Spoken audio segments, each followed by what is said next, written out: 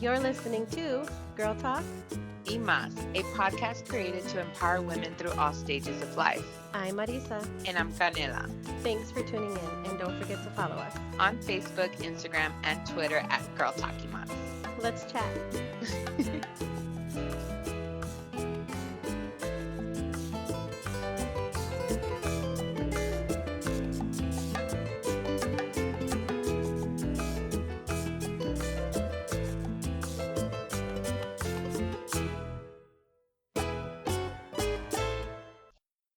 Hey guys, welcome to episode 3. Welcome. This is getting so fun because we have like enough content now. I think we can post every week.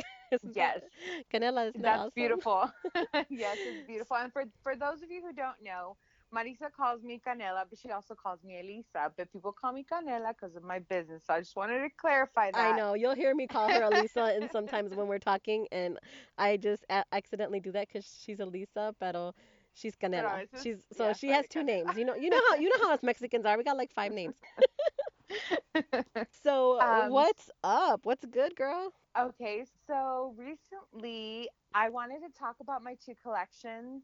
How do I make people fall in love with vintage again when there's like a vintage everybody's coming up with a vintage store, or at least that's the kind of vibe that I get from There is people, a lot of them popping up. Yep. And to me it's about creating a brand, that's true to my vintage heritage, Mhm. which is inspired by Mexican American vintage, and the two collections that I've been selling the most right now, it's the Aloha Tropical because of the summertime, Yes. and Caviar Rose.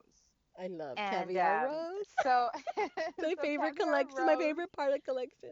Caviar Rose collection is inspired by a fictional character in the movie Don't Tell Mom the Babysitter's Dead. And in the movie, the main character, she needs to find a job, and Rose ends up being her boss, So, and I was just so impressed with her wittiness and Her style. She her had such a style, great yeah, her style. style, and the way she just led in the movie, it was just, to me, I was like, I want to be like her, be in fashion, like that's what I want to do. And that's where the Caviar Rose collection, the name, got inspired by. With that collection, it's all about glamour, and it's about glamour, glitz, and feeling your absolutely finest. Yeah, and I Like I when they remember say, I remember seeing that movie and thinking like, wow, she's like her own boss. She's in charge. Like she's the person that everybody goes to. And I was thinking like, wow, it's like and she's doing it in and style. she's like all styled up and she was so pretty and so together and I was like, ooh. And I remember thinking that when I saw that movie like many years ago, which I hope people, if you haven't seen it, because I don't know Yeah. like what age group you're in, that if you're listening to us, but if you haven't seen Don't Tell Mom the Babysitter's Dead, it's like a classic movie. Christina Applegate is in it and I Yes. loved it. That's a reason why I like have such a soft spot for sport coats. I love Yes. to rock sports coats. Any color, the brighter the better. Yeah, and you rock Um, them well, girl. and You and rock them well.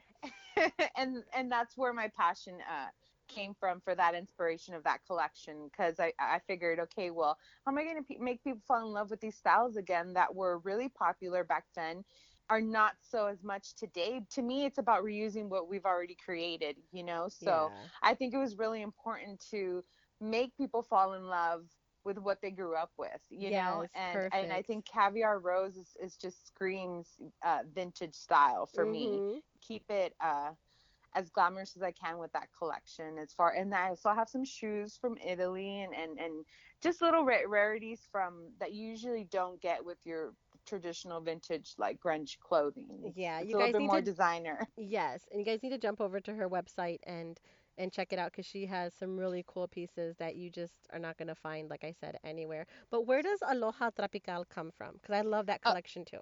okay, well, Aloha Tropical comes from trying to live that really simple way of life, inspired by my grandparents. They grew up living in ranches, and living in the farm, Mhm. and I just really love that organic type of lifestyle.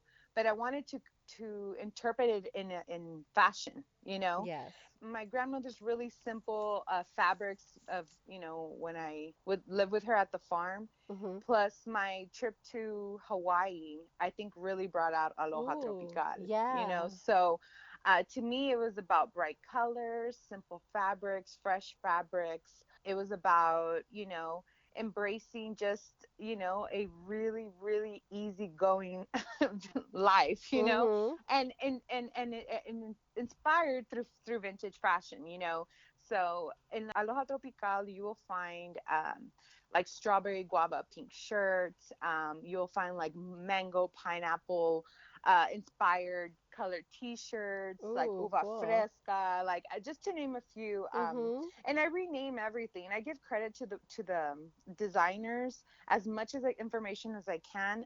I do give credit back to them, but once they become Canela Vintage property, they are transformed into almost like an alter spirit of themselves with their own Yeah, thread, like you another know. So version. yeah, like another version, almost as like it's being reincarnated, and now it's like somebody else might have not seen the beauty in it, but I did. And as soon as I collected the clothing for any collection, I'm like, okay, this is why it's coming into this collection. So yeah, so Aloha Tropical is definitely one of the most fan favorite collections for sure to date. That's so cool. That's awesome. So my month is super exciting, and one of the reasons is because it's my blogiversary. It's been Yay! it's been 2 years that I started my blog, and it's been actually 2 years that I've been in Texas. I moved here in 2015, July 2015, and when I moved here, it was like a real wake up call for me that I was away from friends, away from family, didn't really know anyone. I had my few friends that I knew here from before, but that was it. And I was like, I felt like I needed a place to share my thoughts, and even I was even thinking like a way to share with my family, because You're so it's like, far away. yeah, being so far away, you're not going to call every person and be like, oh, we went to SeaWorld, or we did this, or we did that, or this funny thing happened, or my daughter did this funny thing. And I was like, maybe it'll be better if I just shared it like on a blog, and then I can just share the blog with my family, and then if they want to feel like they want to go read it and see what we're up to, it was a place that I can kind of like a platform I can put it on. So I did that for a year very loosely. Didn't post a lot. I mean, I posted a little bit. I was writing a lot, but I was like still trying to find my way, Your voice. my voice, my way here, like what I wanted to do. I knew I wanted to do something creative. Like I said, I've always been a creative bug. I went to broadcasting school, when I was way younger, and I'm in the advertising and broadcasting field now for my like real 9 to 5 job. So I love creating, and I was like, I know I want to create something, I just don't know how. So then the second year around, I transferred my blog from like a WordPress free type of setting to a self-hosted one. And when I did Okay. that, it kind of opened up so many more doors. And I really put 100% into promoting it. I created social media pages for it. And I just started writing about things. And that's when my Empowering Women segment was born, also. It was right after that. I said, I'm going to reach out to all these women that always have been inspirations to me. And I'm just going to contact them. And if they can be a part of it, if they want to let me interview them, I will.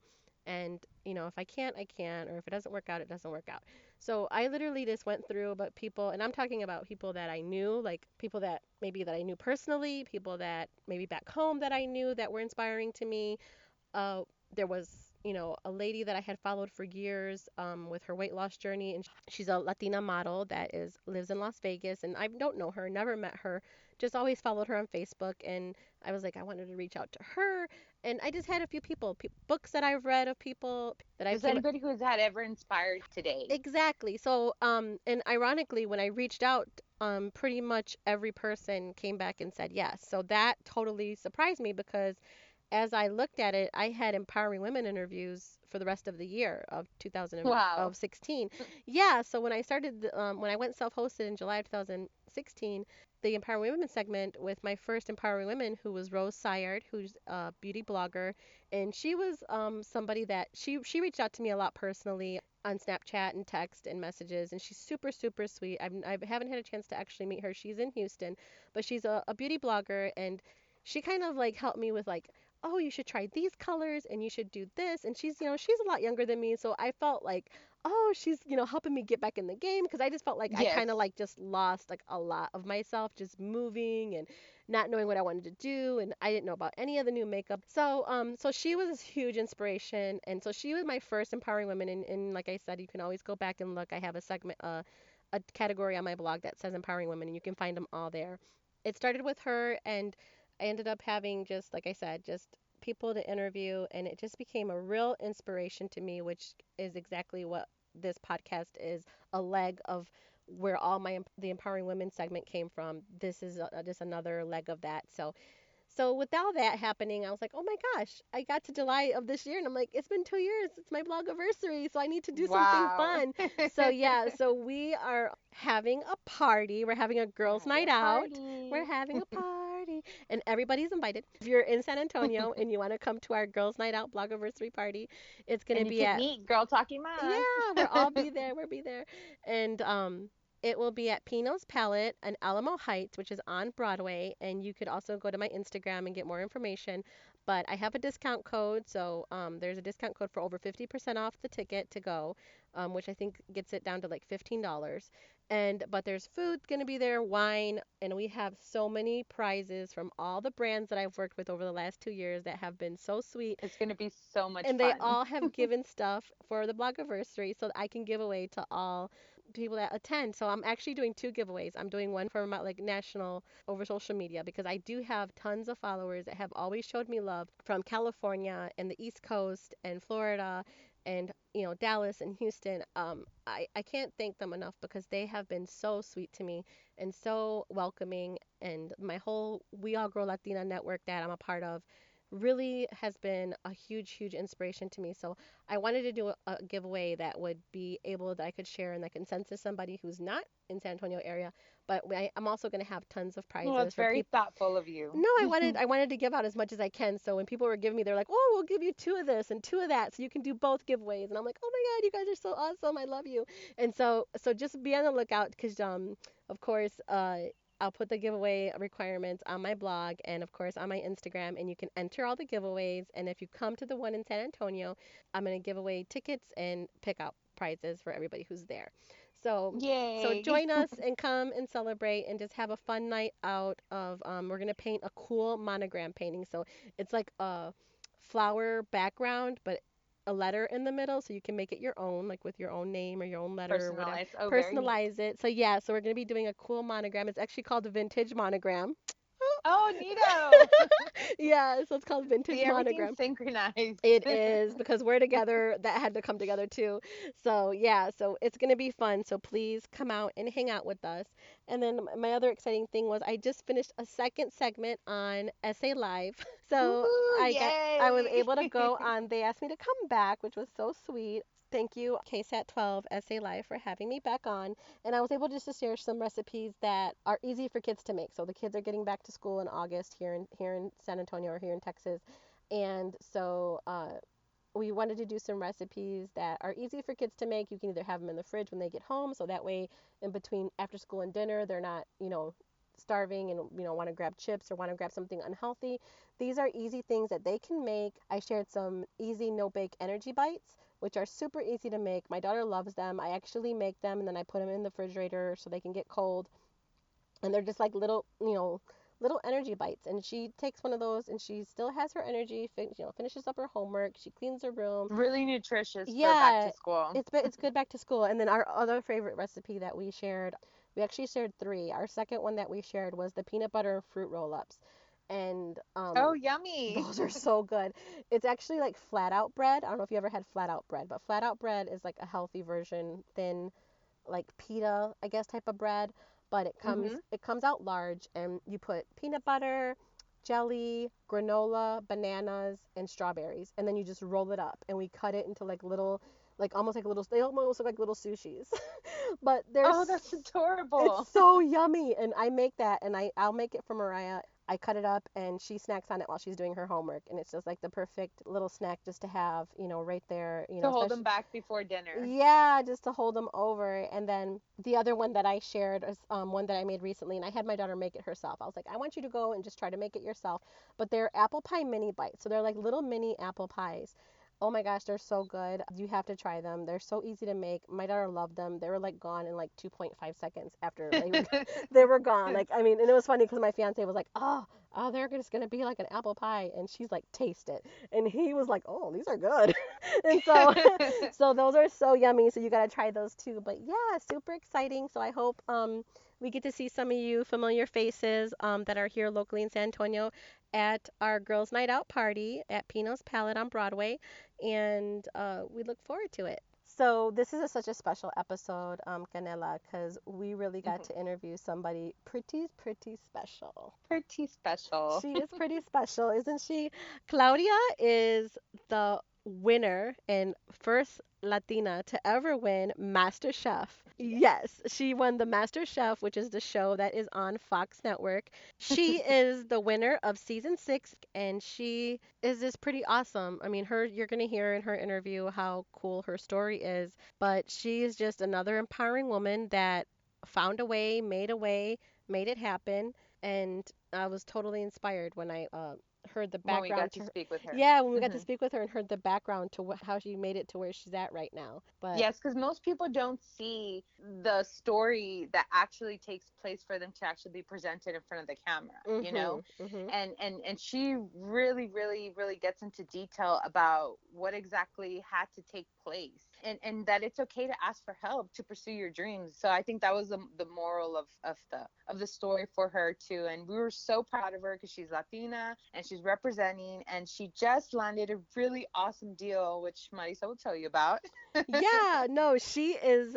Well, we'll let her tell you. So let's just Oh, well, go. yeah, we'll Yeah, let let's her just. tell you. Yeah, we're gonna let her tell you. So we're just gonna jump right in and welcome Claudia to Girl Talking Mas. Hi, good morning. Hi, Claudia. How are Good you? morning. I'm wonderful, thank you. Good. We're so excited to talk to you. Likewise. Congratulations on winning season 6 of MasterChef. Congratulations. Thank you guys. I appreciate it. We're so excited because if I'm not mistaken, this you're the first Latina to win this show, right? That is correct. Yay! I'm the first and only Latina. Yeah. Whoop I whoop. know. We were That's a big win for our Of course, community. it couldn't be like the less boisterous one, right? No, it's like the fiery redheaded Latina, right? Well, that's so funny because that was one of our first questions, right, Elisa? How much we loved her hair. Yes. Yes. Let's just get right to it. Let's talk about your bright, beautiful red hair. Where does that inspiration come from? Well, it's called divorce. No, no, I'm joking, but no, really. I think that whenever a woman goes through some changes, I feel like we always try to change something of ourselves. And I like definitely wanted to change my hair. Like I was changing my hair color probably like every 3 to 6 months, and right before I went on the show, I like really liked the bright red, and I was kind of just playing with it, I think, and I really liked the red, and it kind of stuck. And then of course after the show, like it's become my staple, and so then Yes. I after That's I so won, I decided to incredible. go full redhead. That is awesome. I rocked red hair back way back, and I loved it. It almost gave me like a I was like an alter ego. They would call me Little Red, and that's during my bartending days. But when I saw the red hair, I was like, girl, that is so awesome. Like, I think the red hair really compliments you. That's It's like perfect. fiery red. Yes, like we absolutely love it. So we had to talk about the hair first. No worries, it's totally good. So I I love it. Trust me. I really think like with the whole Hispanic culture, I loved your saying where you said cooking is love and how it brings families together. And I think that's even like times 10 for our culture and our families because I remember cooking with my abuela and it's just been handed down to generations. So I just think it's so amazing that you are cooking with your daughter at such a young age, and teaching her Yeah. all your recipes and everything like that. What inspires you to do that? Like, why is that so important to you? Well, a couple of things. I think that I was raised that way, and like I feel. I mean, I think that as a mom, we're always constantly like wondering if we're doing it right. Mhm. And I think that for me, I keep thinking like, well, my mom was super strict with me. My mom was always had me in the kitchen, always had me learning everything that I could, and if it weren't for that, I wouldn't be where I am today. And I think that and I'm sure that you guys will understand this, but I think that as Latinas, And as you know, I'm like first generation here, so Yes. for us, it's a very different paradigm because we're trying to almost find the balance between our American side and our our Latin Yes. side. And Mhm. I think that it becomes kind of like this like sort of tango, but I think that the fact that I to some extent am so very grounded in those Latin roots, I think is something that has really helped me and has really honestly as I've gotten older, I feel like I keep reverting back to those roots more so than my American roots. And that's only because I feel like it's a culture that places a lot of value on family Yeah, I agree. and cooking is so much a part of that. And I I have memories of when I was 4 years old and I could smell the chiles and the tomates, Mm. on the comal, right? Like I Mhm. like vivid memories of like me, my all of my tias, all of my abuelas, all of my cousins making tamales, right? And all of just like these memories that are forever impregnated in my brain and in my memory bank. And to have that opportunity to be able to create those memories with your family and with, in this case, my munchkin, I think that that's so important. And at the end of the day, I want her to be able to, when she thinks back of the time that she spent with her mom, yes, I do want her to think about all the travel we've done and stuff like that, but I want her to like be able to have the memory recall whenever she Of her tastes something. identity. Yeah, whenever she tastes something. I mean, I have things that I'll go to a specific restaurant and I'll taste it and I'm like, man, that reminds me of Yes. this specific moment, of the way that my abuelita used to make it. And that's powerful. That's so powerful when food is evocative of memories. Mhm. And brings back those feelings. I can relate because I'm also a single mom and I'm doing the same thing. My daughter's 13, but I've also just been teaching her little by little. Every time I cook something and I have, I have my grandma's molcajete and it's like my treasured piece that I have in my kitchen that I bring out Yeah. when I'm cooking and I can totally relate to that. But I think it's so amazing just even the way for that you got to the show. Like it wasn't easy for you to be on the show. Like I read where you had to kind of like save up, money and get kind of help to get you there so that you could spend this time and do this. Like it must have been such a important, thing that you wanted to complete in your life or go after. Let me be real honest with you. I did not save any money. No, I was only able to go on MasterChef Wow. because I did crowdfunding. I opened up a site on GoFundMe and Mhm. asked people to help me because I was living paycheck to paycheck. I literally had no money in my savings account. In fact, when I left on the Wow. show, I had like negative $44 in my bank Oh account. my I will never forget that. Wow. And people don't realize that. It's like Yeah. the only reason why I was able to leave on the show was because I literally said a prayer and said, God, if this is meant for me to do, and I mean, I know that it sounds hokey, but it's literally what I did. I Mhm. said, if this is meant for me to, for me to go and for this to happen, I need $3,300. My rent then was under $1,000. It would cover the insurance premium for my daughter to not lose her insurance, for her health insurance, and it would Mhm. cover my apartment so that I would have a place to live and my daughter would have a place to live. And Wow. yeah. $3,300 was my limit. In 3 days, I got it. Oh my gosh, that's so Wow. amazing. Well, then That's I In guess three incredible. days. that's God saying you were meant to be here, girl. This is all meant for you. And so at the end of the day, like, I mean, but I don't want to lie, right? Like, I mean, I wish I could say, yeah, I saved the money, girl. I had literally no money. So, I'm very, very blessed. And this is why this is all just so surreal. And, now being able to, for example, with this cooking with MasterChef, to be able to share my food, just to be able to share any of that is such, such an incredible experience because it's like, how, like, if you had told me 2 years ago that I would be where I am right now, I would say you're crazy, right? Like, I legit to your face Yeah. would say like, girl, you're crazy, right?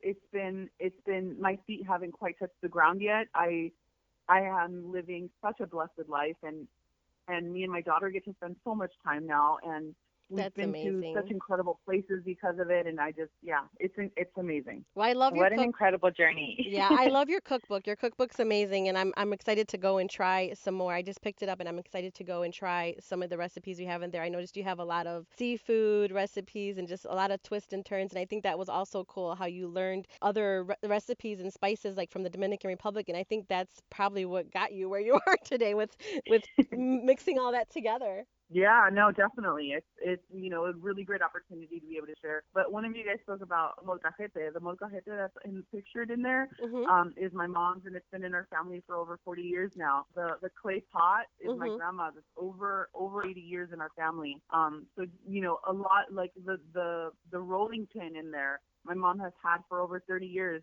longer than I've been born, right? Yeah. Wow. So it's just all of and things that people don't notice, but that book is literally me on it, like me in a book, right? It was an opportunity to share anecdotal information about food and how I relate to food, and how my journey through food has come, right? So it's starting from the basics and then getting into kind of the more elaborate plates.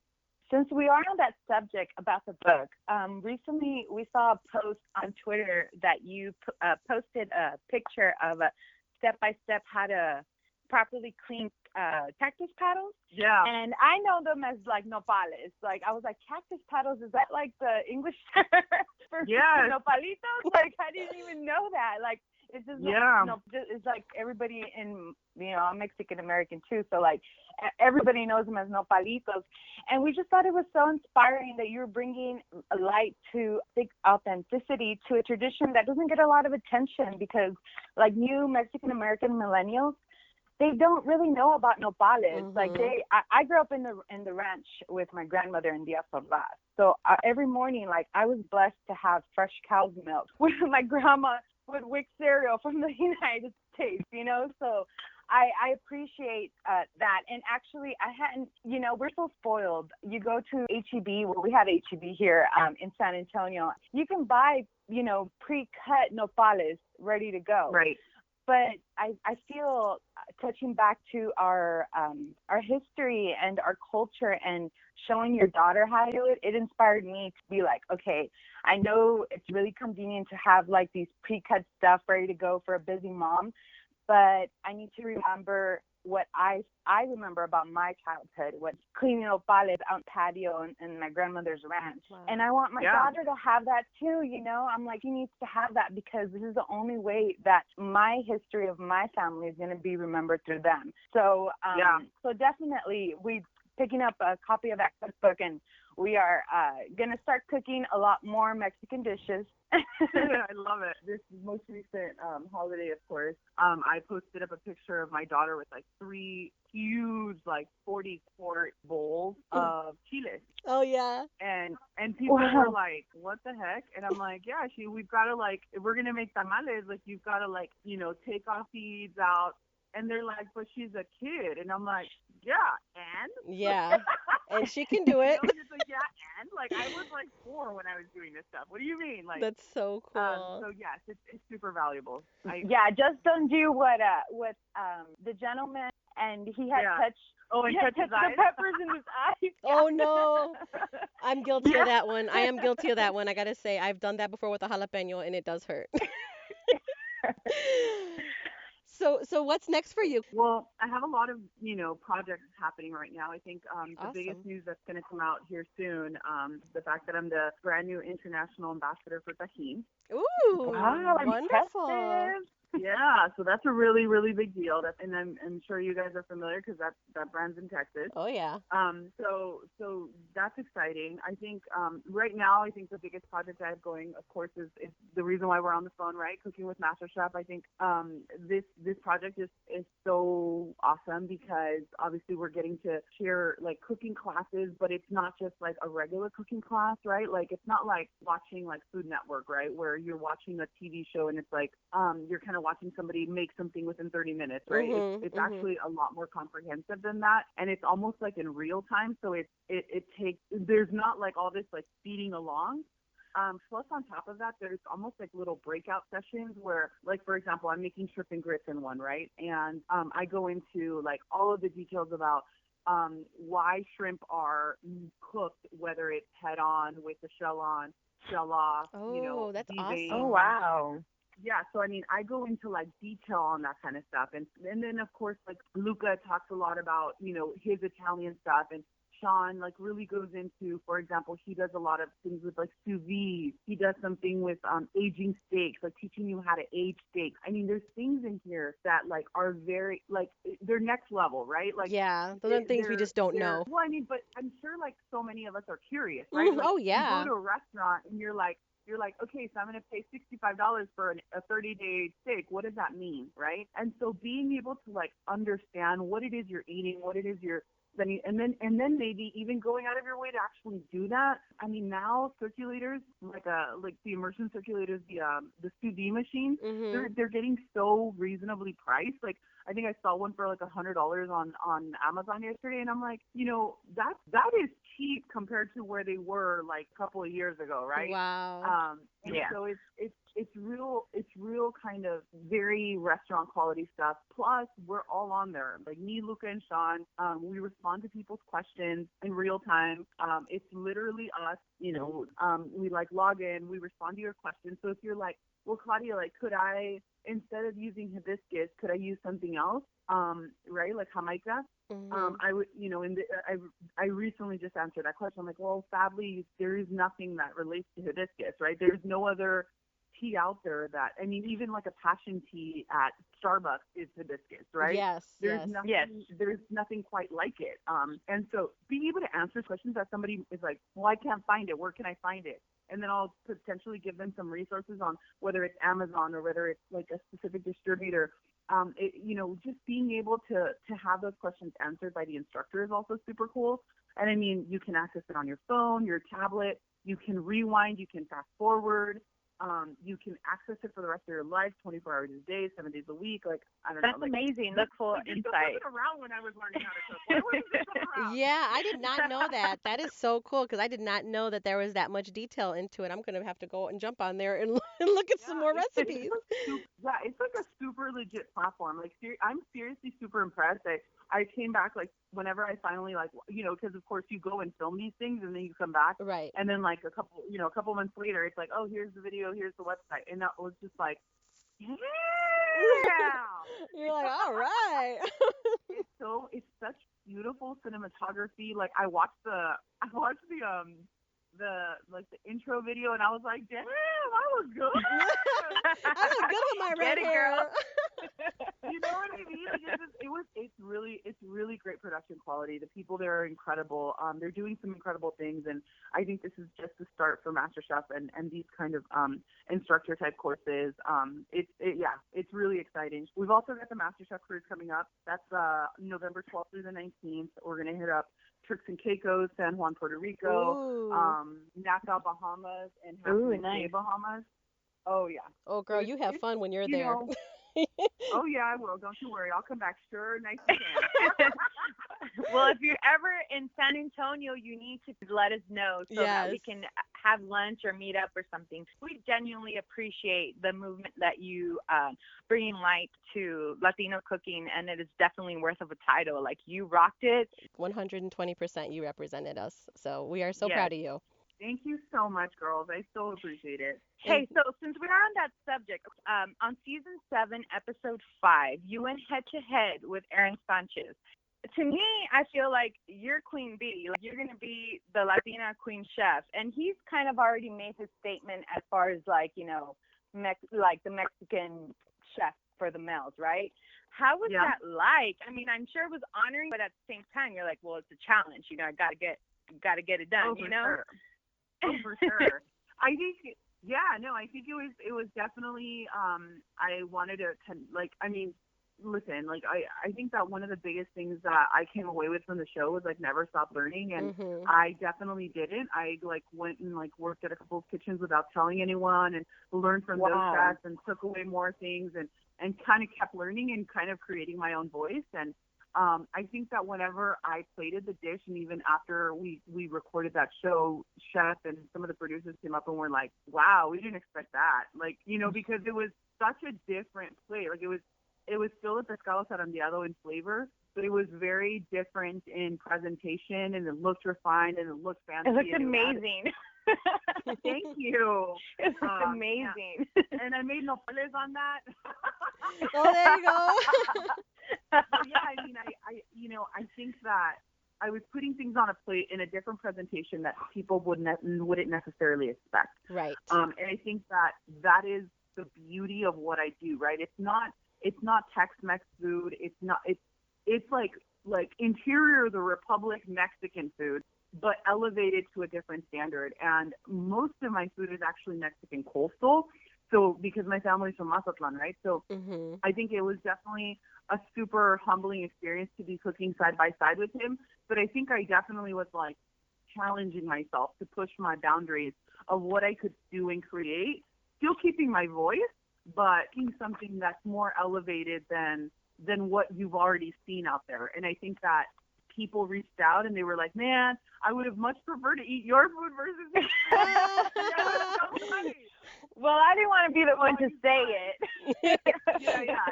It was super sweet. Like I mean, I'm humbled. You know what I mean? Like I'm so humbled, and it's so inspiring just to kind of keep pushing the boundary and keep changing what's coming. And I think that I think what's to come is really, I'm leaving that quiet for a little bit, but I think that there are definitely some big things to come, and I'm super excited about where my trajectory is headed.